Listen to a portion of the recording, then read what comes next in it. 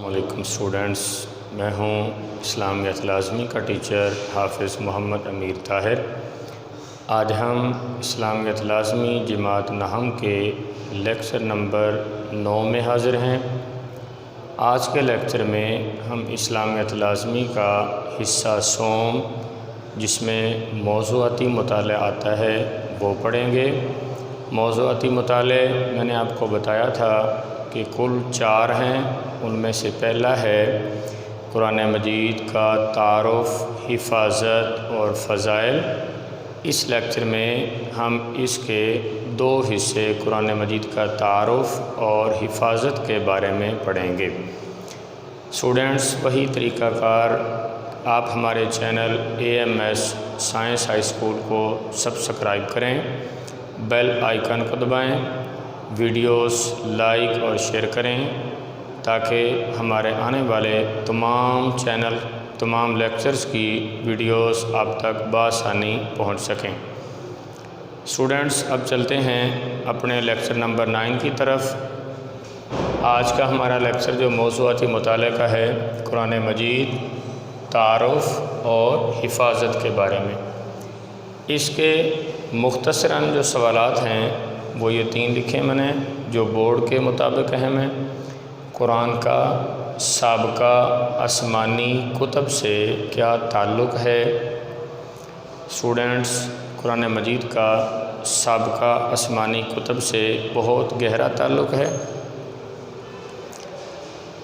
یہاں تک کہ یہ کتاب پہلے آنے والی کتابوں کا احاطہ تصدیق کی صورت میں کرتی ہے، اور اس کتاب یعنی قرآن مجید کو پہلی آسمانی کتابوں کا محافظ اور نگہبان بھی کہا جاتا ہے، جس کے لیے قرآن مجید میں لفظ مہیمن استعمال ہوا ہے۔ اسٹوڈنٹس، دوسرا سوال ہے، اللہ تعالیٰ کی حفاظت قرآن کا کیا ثبوت ہے؟ اسٹوڈنٹس، جیسا کہ ہم سب جانتے ہیں کہ 1441 ہجری ہو چکی، یعنی تقریباً 1500 سال گزر جانے کے باوجود قرآن مجید لفظ بلفظ، حرف بحرف محفوظ ہے، اور یہ اللہ تبارک و تعالیٰ کی حفاظت کا منہ بولتا ثبوت ہے کہ اتنا عرصہ گزر جانے کے باوجود قرآن مجید کی تعلیمات جو ہیں حرف بحرف محفوظ ہیں۔ اسٹوڈنٹس، تیسرا سوال ہے، قرآن مجید پر عمل کرنے کا نتیجہ کیا ہے؟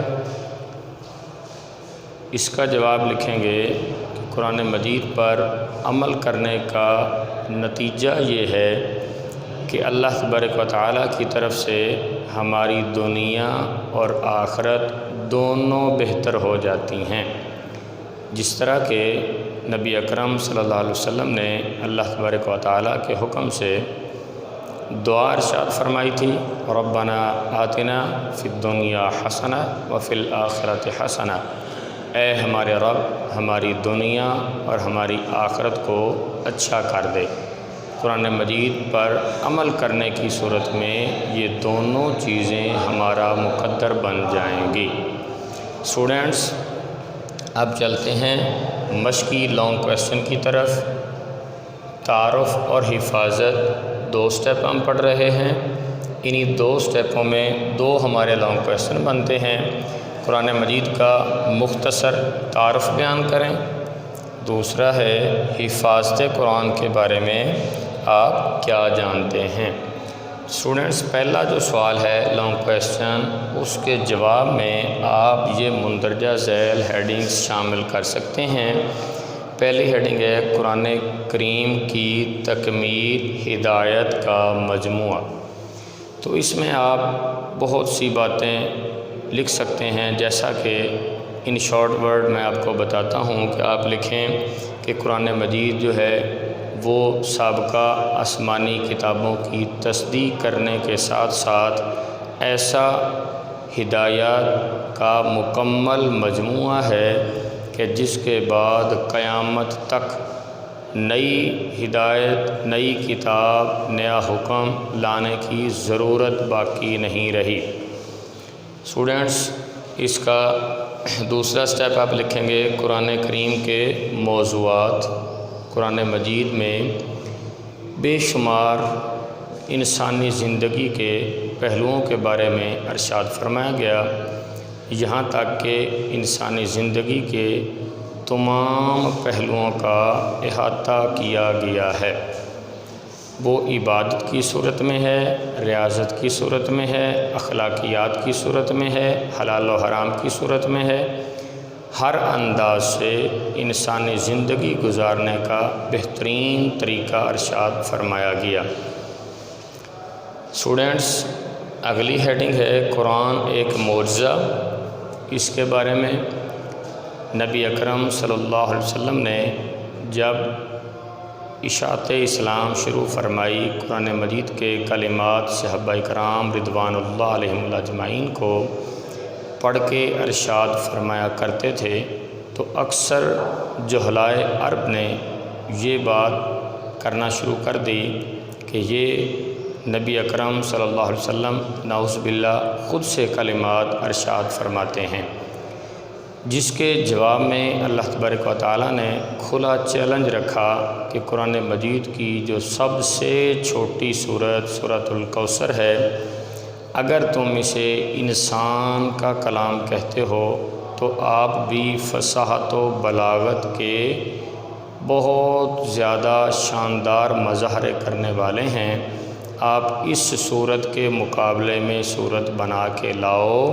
جس کا جواب نہ دے سکے تو قرآن مجید سراپا معجزہ ثابت ہوا۔ اسٹوڈنٹس، اگلی ہیڈنگ ہے دائمی ہدایت کا ذریعہ۔ قرآن مجید جو ہے اس کے اندر انسان کی اخلاقی، روحانی، فطری، یہاں تک کہ زندگی کے تمام پہلوؤں کے بارے میں رہنمائی ملتی ہے، جو کہ انسان کی زندگی کو ہر وقت ہدایت دینے کا جواز رکھتا ہے۔ لاسٹ پہ ہے بیٹے تلاوت قرآن کا ثواب۔ قرآن مجید اللہ تبارک و تعالیٰ کی ایسی مقدس اور پیاری کتاب ہے کہ جس کی تلاوت کرنے کے ایک حرف کے بدلے 10 نیکیاں ملتی ہیں۔ اسٹوڈنٹس، اب توجہ فرمائیں کہ حرف کیا ہے۔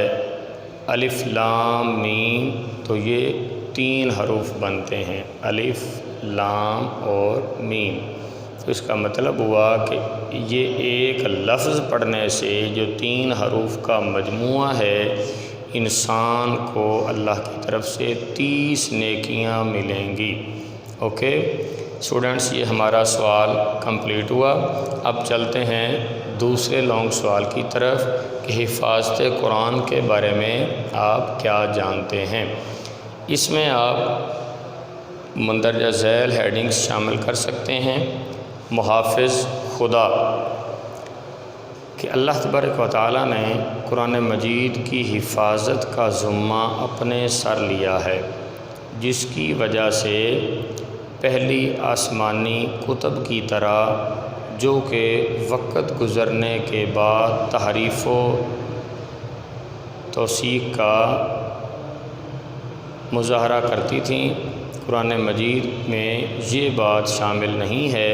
اللہ تبارک و تعالیٰ نے ارشاد فرمایا انا نحن نزلنا الذکر وانا لہ لحافظون، کہ بلا شبہ یہ ذکر ہم نے نازل کیا ہے اور ہم ہی اس کے محافظ ہیں۔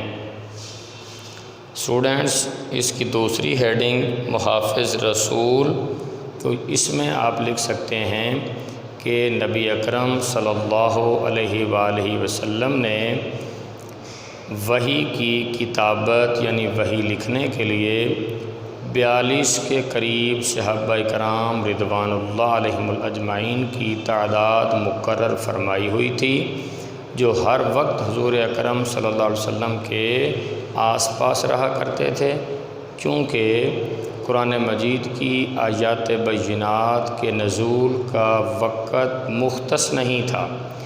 دن رات دوپہر بلکہ دن رات کے 24 گھنٹوں کے اندر جب بھی ضرورت محسوس ہوتی اللہ تبارک و تعالیٰ کی طرف سے آیات بینات کا نزول ہونا شروع ہو جاتا، اور نبی اکرم صلی اللہ علیہ وسلم صحابہ کرام رضوان اللہ علیہم اجمعین کو ہدایت ارشاد فرماتے کہ کس آیت کو کس کے آگے لکھنا ہے اور کس صورت کے اندر شامل کرنا ہے۔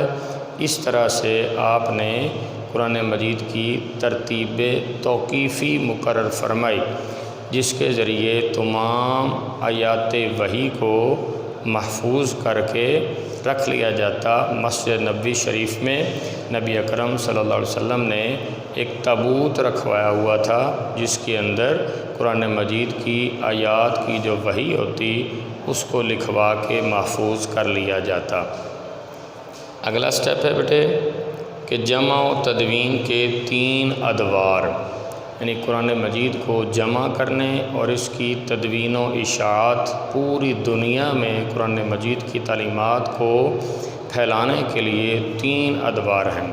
پہلا ہے عہد رسالت، جیسا کہ ابھی میں نے ذکر کیا کہ نبی اکرم صلی اللہ علیہ وسلم نے اپنی زندگی مبارکہ میں قرآن مجید کی محافظت کا طریقہ کار اختیار فرمایا۔ جو مسجد نبوی شریف میں آپ نے تابوت رکھوایا تھا، اس میں سے کلمات نکال کے صحابہ کرام یاد فرمایا کرتے تھے 5 نمازوں کے اندر، اور جا کے اپنی ازواج مطہرات کو، اپنی بیویوں کو، اپنی بیٹیوں کو ان کلمات کی تعلیم دیا کرتے تھے، یہاں تک کہ نبی اکرم صلی اللہ علیہ وسلم کے زمانہ مبارک کے اندر ہی بے شمار صحابہ کرام اور صحابیات قرآن مجید کو حفظ کر چکے تھے۔ نیکسٹ سٹیپ ہے عہد صدیقی۔ حضرت ابوبکر صدیق رضی اللہ عنہ خلفۂ راشدین میں جو پہلے خلیفہ ہیں، ان کے زمانہ مبارک میں مسیلمہ کذاب کا آپ نے نام سنا ہوگا، نبوت کا دعویٰ کر دیا جھوٹا کہ میں بھی نبی ہوں۔ اس کا کلا کما کرنے کے لیے جنگ کی گئی، جنگ یمامہ، جس میں 1200 کے قریب صحابہ کرام رضوان اللہ علیہم اجمعین شہید ہوئے، جن میں سے 70 کے قریب حفاظ و قراء تھے۔ حضرت عمر فاروق رضی اللہ عنہ نے ارشاد فرمایا کہ حضرت ابوبکر صدیق رضی اللہ عنہ، حضور اب وقت آن پہنچا ہے کہ ہم قرآن مجید کا ایک نسخہ تیار کروا لیں، ایسا نہ ہو کہ حفاظ کے دنیا سے چلے جانے کے بعد قرآن مجید کی تعلیمات جو ہیں وہ محفوظ نہ رہ سکیں۔ اس کے لیے آپ نے حضرت زید بن ثابت رضی اللہ عنہ کو مقرر فرمایا، اور انہوں نے بیشتر علماء کرام کی نگرانی میں قرآن مجید کا ایک نسخہ تیار فرمایا۔ لاسٹ سٹیپ ہے عہد عثمانی۔ حضرت عثمان غنی رضی اللہ عنہ جو ہیں، ان کو جامع القرآن کہا جاتا ہے۔ یہ سوال بہت ہی قابل غور ہے۔ اسٹوڈنٹس اکثر و بیشتر اس کے بارے میں ہم یہ سمجھتے ہیں کہ جامع القرآن کا مطلب ہے قرآن مجید کو جمع کرنے والا، تو آپ نے قرآن مجید کو جمع کرنے کا کام نہیں کیا، بلکہ قرآن مجید پہ دیگر طبقات کو اکٹھا کیا ہے۔